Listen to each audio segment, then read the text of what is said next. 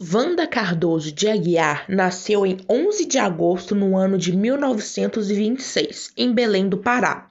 Sua família tinha uma renda financeira em que pudesse dar as regalias necessárias para todos os membros, além de valores cívicos como honestidade, sinceridade, harmonia entre os irmãos e o respeito com a autoridade dos pais. Ela se casou em 17 de dezembro de 1953 com Luiz Emílio Horta, em São Paulo, tendo o sobrenome do seu esposo em sua assinatura, se tornando Wanda Aguiar Horta. Em 1942, além de começar a primeira série do antigo ginásio em Ponta Grossa, no Paraná, fez um curso complementar pré-médico na mesma instituição. Já em Curitiba, começou a fazer o curso de enfermagem na USP em 1948. Wanda foi uma notável professora do curso de enfermagem, onde conseguiu introduzir os conceitos da enfermagem. Antes dela, os pacientes eram tratados apenas como um indivíduo. Seus conceitos eram de que os pacientes eram seres humanos e que deviam ser tratados com sentimento e emoção.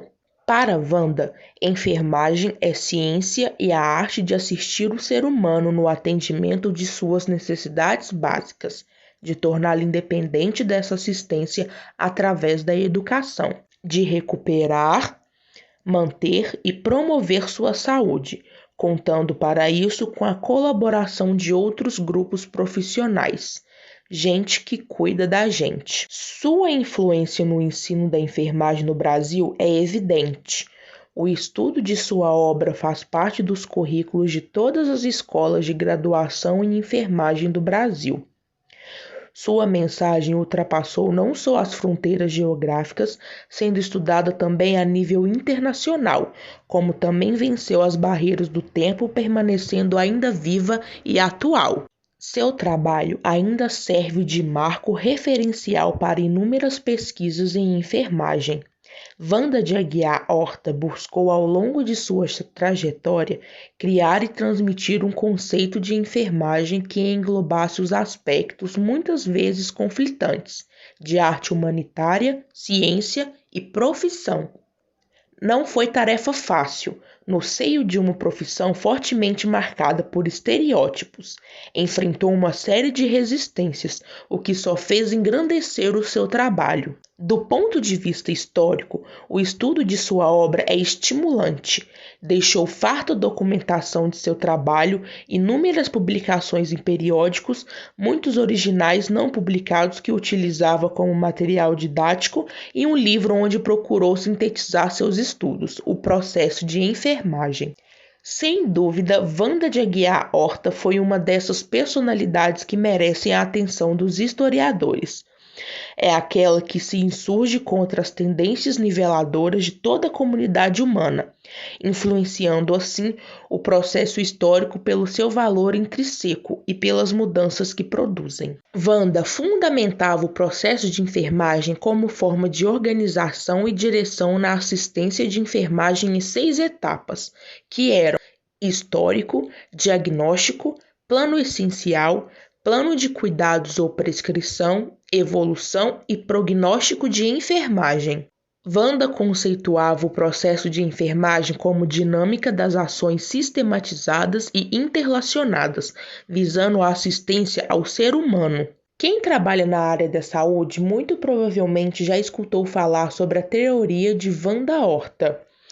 Ela se formou na USP no início do século XX e renovou os conceitos de atendimento humanizado e acompanhamento dos pacientes em uma ala médica. Entenda agora como a teoria de Wanda funciona e como a proposta pode ser fundamental para um bom tratamento com um paciente. Fique agora com um achado de Wanda Aguiar Horta, aonde ela, em um depoimento, conta mais sobre a sua teoria. Bom, depois que eu me formei na USP, eu fui trabalhar em Santarém, no projeto de Serviço Especial de Saúde Pública, que a premissa desse órgão era criar equipes de médicos, engenheiros e enfermeiros para a gente poder compartilhar decisões em prol de um objetivo em comum, que era a saúde da população de quem a gente cuidaria. E foi a partir dessa experiência que eu entendi o papel de protagonismo das enfermeiras Então eu decidi aprofundar meus conhecimentos científicos e a prática de enfermagem passando por pronto-socorro, sanatórios e hospitais. E depois disso eu me formei em biologia também. E a cada nova experiência, eu notava que a enfermagem aplicada no Brasil, ela estava muito associada ao tratamento de doenças. E na minha visão, era necessária a compreensão do sofrimento e das fragilidades humanas, sabe? E eu entendendo cada vez mais a necessidade de um novo marco teórico para a educação de enfermeiras. E também para a formação de novas gerações de profissionais. E me lembro que em 1958 eu voltei para a escola de enfermagem como professora com apenas um objetivo muito claro: fortalecer a formação científica e teórica da enfermagem. Eu confesso que não foi uma tarefa fácil, porque eu era mulher, que estava chegando num cargo de professora, e eu precisei enfrentar o conservadorismo da área da saúde naquela época, mas eu consegui. Foi então que eu encontrei a teoria das necessidades humanas básicas do psicólogo Abraham Maslow.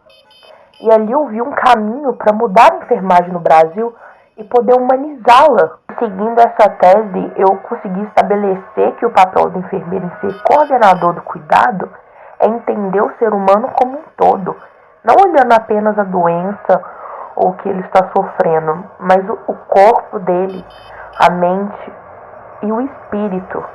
Assim, o atendimento passa a ser individualizado e a levar em consideração aspectos sociais e emocionais daquele paciente que está ali nas nossas mãos, sob os nossos cuidados. Eu também me inspirei em conceitos trabalhados no exterior pela grande enfermeira psiquiatra Ida Orlando, que começou a utilizar processos de enfermagem para explicar o cuidado como um processo sistematizado. Então percebi que o processo de enfermagem ele é dividido em etapas: o histórico, o diagnóstico, o plano assistencial, o plano de cuidados ou prescrição, a evolução e o prognóstico de enfermagem. Eu pude ministrar aulas e orientar pesquisas em universidades do Rio de Janeiro, de Santa Catarina, do Rio Grande do Sul. E eu fiquei tão feliz disseminando meu conhecimento que ali eu percebi que eu estava fortalecendo os viés humanos na coordenação. Eu também fiz questão de ampliar meus estudos para poder diminuir as barreiras entre os meus conceitos e os enfermeiros em formação.